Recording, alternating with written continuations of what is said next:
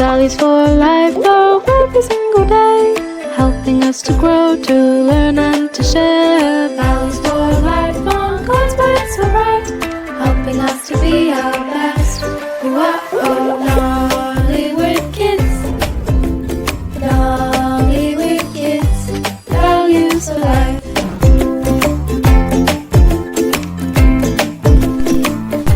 Good morning, Adefunke. What's with the long face? You look like someone dropped your favorite snack into a muddy puddle. Watchman, I failed. I tried to write a poem for our values board, but the words just didn't work. I tore it up and now I feel like a big fluffy flop. A fluffy flop? Never. You are a fluffy fighter, Adefunke. And failure, that's not the end. It's just the beginning of something great. But it's hard to keep trying when you keep falling flat. Oh, I know. But do you want to hear something amazing? You've probably heard this story before, but listen again. There was a time Peter, yes, Peter the disciple, tried to walk on water. Jesus told him, "Come." So Peter stepped out of the boat. For a moment, he was walking on water. But then he saw the waves and got scared and started sinking. That sounds like failure, right? Shut doors, sploosh. But Jesus didn't let him drown. He grabbed Peter and said, "Why did you doubt?" Then they walked together back to the boat. Now, here's the powerful part. While others stayed in the boat, Peter had the courage to try.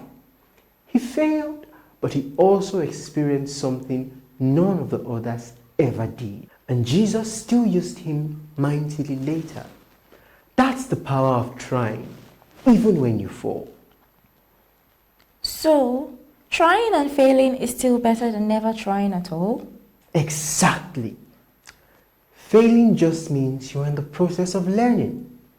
Let's talk about David, who tried and failed and tried again and rejoiced with all enthusiasm. A long time ago, there was a king named David. He loved God with all his heart. One day, David had a big idea. Let's bring the Ark of the Covenant to Jerusalem. The Ark was a special golden box that reminded everyone of God's presence. It was very holy and very important. David wanted it in the capital city so everyone could worship God together. So, David gathered his best musicians, dancers, and soldiers. It was going to be a huge celebration. But something unexpected happened. As they were moving the ark, a man named Uzzah reached out to steady it when the oxen stumbled. He touched the ark and suddenly he died. Everyone was shocked. David was heartbroken. He didn't understand why it happened and he was afraid and confused. So, David stopped the parade. He left the ark in a nearby house and went back to Jerusalem.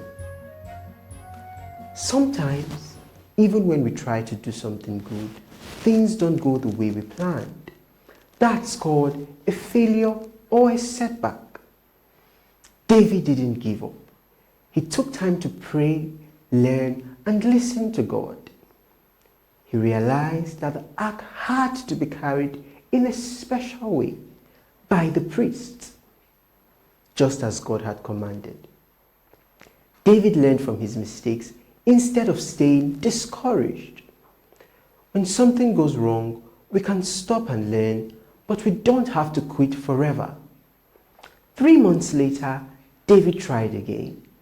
This time he did everything the right way. And guess what? It worked. David was so happy that he danced with all his might in front of the ark. He didn't care who was watching. He wasn't trying to look cool or important. He just wanted to show God how thankful he was. David became an energy giver. His joy made other people smile. His dancing made others want to celebrate too. David's story teaches us two big things. Don't be discouraged by failure. When something goes wrong, it doesn't mean you should give up. Learn from it, try again. God still has a plan for you. 2, be an energy giver.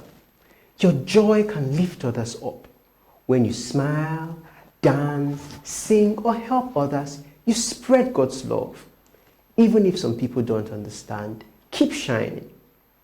Now, let me tell you about Tembo, the baby elephant in the plains of Tanzania. Tembo wanted to cross the river like the grown elephants, but every time he stepped in, he slipped. Splash! The water pushed him back. But did Tembo give up? Nope. Every morning, he came to the edge of the river. The hippos laughed, the birds snickered, but Tembo kept trying. He trained his leg, practiced in shallow puddles, and one bright morning, whoosh! He splashed across with a triumphant trumpet. The very river that once mocked him now carried him forward. Wow! He must have felt like a champion.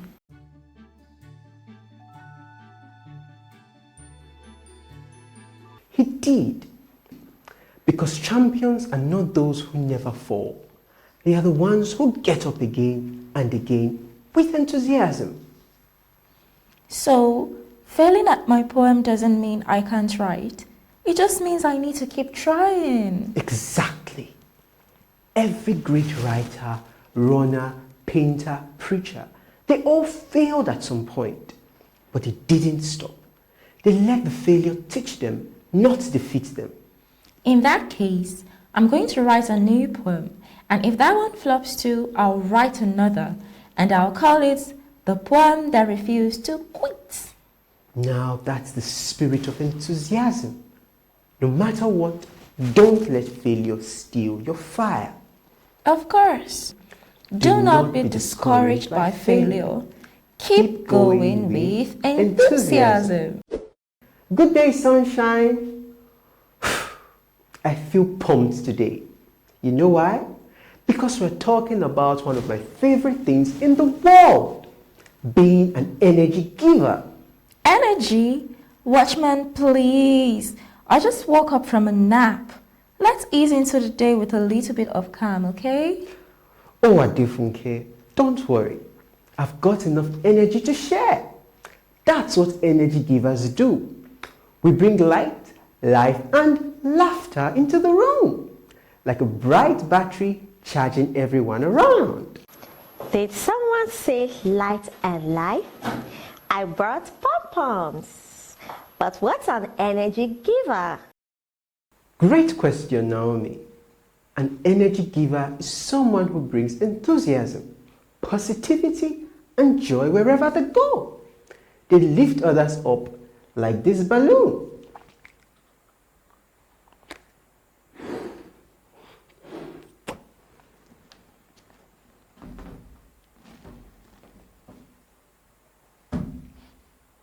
Now, let us go back to a Bible story we have all heard before. One with big energy. It's the story of David and Goliath. David was just a young boy when he visited his brothers at the battlefield. Everyone was trembling in fear of the giant Goliath. But David, oh no, David came with energy. He ran to the king with courage in his heart and said, I will fight him. While others saw a giant too big to defeat, David saw a God too great to fail. His enthusiasm was contagious. Soon the king let him go, and with just a slingshot and one stone, bam! Goliath was down. He was brave and bold. His faith gave him power and energy. And I bet the whole army felt encouraged after seeing him win. Exactly. David brought energy through faith and passion. That's what energy givers do. They ignite hope in others. Time for another story. In a forest park in Kenya lived a monkey named Duko. While the other animals liked to nap all day, Duko was a ball of excitement. Every morning, she clapped her paws, sang songs, and encouraged others to join in. When the parrots felt shy to sing, Duko danced till they giggled. When the turtles got lazy in swimming lessons, Duko splashed and cheered until they joined. One day, a little lemon named Lala got sad and hid behind a log. Duko sat beside her and said, "Want to bounce with me?" Lala shook her head, so Duko gently started singing. One little hop, one little smile, even a tear can dance a while. By the end of the day, Lala was laughing and hopping too. Duko didn't just have energy, she shared it. She turned sadness into joy, just like a spark turns into flame. And she didn't push or shout. She just shined and invited others in. So, being an energy giver doesn't mean being loud or wide. Even when things are tough, like David, we can bring good energy by trusting God and showing courage. Yes, energy givers don't drain others. They lift them. They are like little suns. So whether you dance like Duko, speak up like David, or smile like Naomi, give energy. Don't wait to feel it, create it. Shine your light and hold it back. Give a cheer when others laugh. Clap your hands and sing with glee. Be the joy to watch you see. Energy givers big and small. God made you, God made you, God made you to lift us all. Hi kids! Today's memory verse is from Romans 12 verse 11. Never be lacking in zeal, but keep your spiritual fervor serving the Lord. Say it with me. Never be lacking in zeal, but keep your spiritual fervor serving the Lord. Zeal is a word that we don't use often. It is our response to God working in our hearts, and it's our desire to please God because of the great things He has done for us. Kids are often known as people who do things with their whole hearts, which is why Jesus has told adults to be more like children in their faith. This verse tells us to always have zeal so that when we are going through difficult times, we will still want to love and serve God with all our heart. Keep your spiritual fervor. Fervor is another rare word, a hunger or longing, and a spiritual fervor means have total commitment and a desire to live God's way rather than your own. Well, what do we do with our feelings of zeal and spiritual fervor? We serve the Lord, of course. Let's practice it again. Never be lacking in zeal, but keep your spiritual fervor serving the Lord. Romans 12 verse 11. Now, go out and spread that fire. That's it, friends. Remember, you were born to brighten the world, so wherever you go today, Be an energy giver. Watchman, Why are you grinning like a chameleon who just found a bowl of rainbow-colored juice? I am practicing my smile because today we are learning about one of the simplest but strongest gifts you can give. A smile. And not just a smile, but the encouragement that comes with it. I do like smiling, but how does that help anyone else? Oh, Adefunke, let me show you. A real smile is like a light. It can turn someone's gloomy day bright again. Let me tell you about someone who smiled with encouragement even when he was in prison. Paul and Silas were thrown into prison for preaching about Jesus. It was cold, dark, and painful. But instead of crying or complaining, they began to sing loudly, joyfully. They encouraged the other prisoners with their words and their songs. They didn't let the chains steal their cheer. And guess what happened? Don't tell me they broke out with a smile. Sort of. There was a mighty earthquake. The prison doors flew open and the chains fell off. The jailer thought everyone had escaped and was ready to harm himself. But Paul shouted, "Don't hurt yourself. We are still here." That jailer was so moved by their kindness and courage, he gave his life to Christ that very night. Oh, wow. So their joy encouraged even their enemy? Yes, that's the power of a smile, a song, and a kind word in hard places. In a forest in Uganda, there lived a little sunbird named Tika. Tika wasn't the strongest flyer. Her wings were smaller than the others, and she often got left behind during the early morning hunts. But Tika had something special, a radiant smile. Every day, she greeted every animal with cheer. "Good morning, owl. You look wise today. Hi, chameleon. Love your colors. Hey, warthog. Keep strutting like a king." One day, when its storm scattered the flock, guess who everyone followed to safety? Oh, Tika? Yes, because she had filled them with confidence for weeks. Her trips had built them up, so when panic came, they trusted her light. She encouraged others until they started believing in themselves. You know, Watchman, sometimes I don't realize how much a kind word or a smile can mean to someone. Exactly. You don't need big muscles, a long speech, or even wings to lift someone.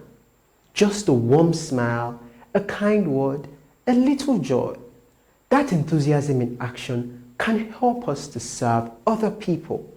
From now on, I'm going to be a smile giver, a happy helper, an encouragement expert. Now, that deserves a song. Shine a smile, light a heart. That's the way that kindness starts. With a word, a cheer, a song. You can help someone stay strong. It takes no coin, it takes no mile. Just your love and just your smile. It takes no coin, it takes no mile. Just your love and just your smile. So remember, friends, don't underestimate the power of a simple smile. You could be the reason someone keeps going today. Smile wide, speak kind, and encourage always. Smile and encourage others. Let your enthusiasm shine. Hello, kids. Welcome to our wonderful question and answer session. Are you ready? 1. Why did Peter begin to sing after stepping out of the boat? And what does this teach us about failing while trying?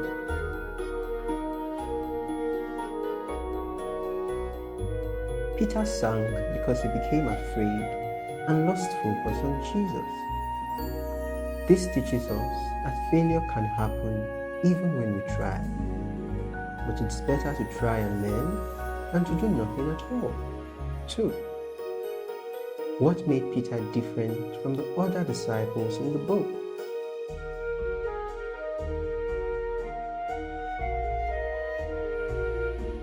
He had the courage to step out and try, showing faith and boldness even though he failed. 3. How to temper the baby elephant handle repeated failure, and what lessons can we learn from his actions?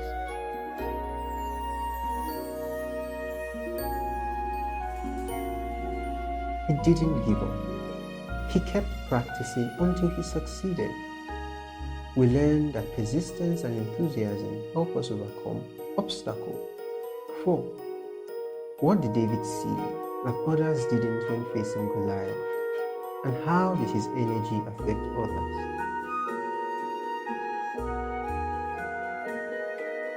David saw God's power instead of the giant's size.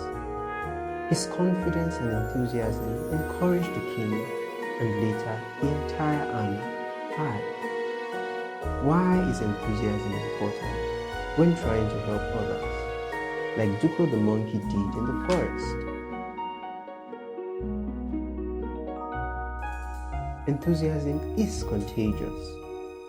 Duko's joyful energy motivated and uplifted others, helping them overcome fear and sadness. 6. What does it mean to create energy, or to be an energy giver, rather than wait to feel it? And how can we do that in daily life?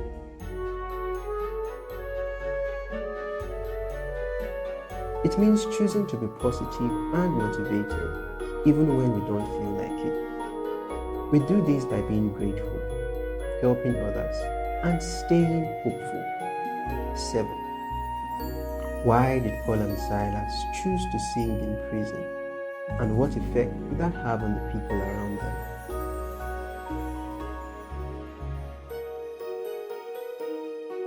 They chose to worship God despite their situation, showing joy and faith.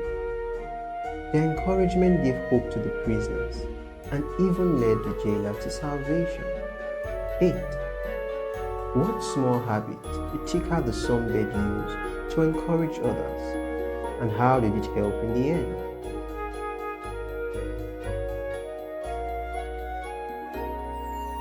She greeted and cheered others every day. When danger came, the animals trusted her because of the confidence she had built in them. 9. How can a smile be more powerful than words when encouraging someone?